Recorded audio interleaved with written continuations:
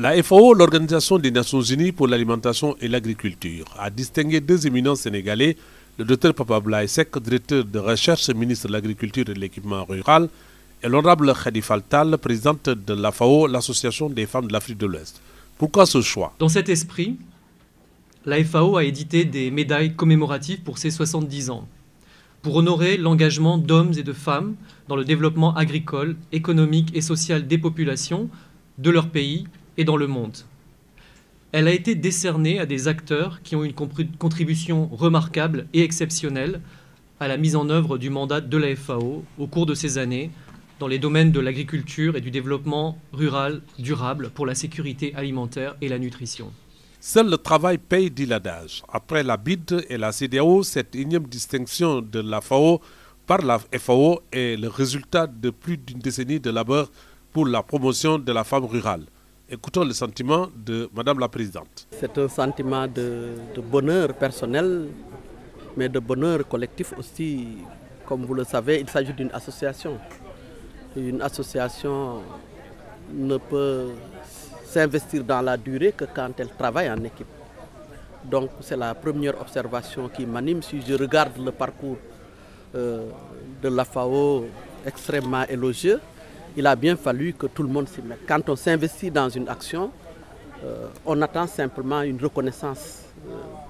Plus qu'autre chose, c'est une reconnaissance qui peut vous combler de bonheur. Entouré des siens et de la grande famille du département de l'agriculture, le Dr Papa Abdoulaye Seck ne trouve pas les mots pour exprimer sa joie. Il a décerné cette distinction au chef de l'État et à ses collaborateurs. Fierté d'avoir été honoré par cette prestigieuse institution internationale qu'est la FAO, institution chargée de promouvoir l'agriculture à travers le monde.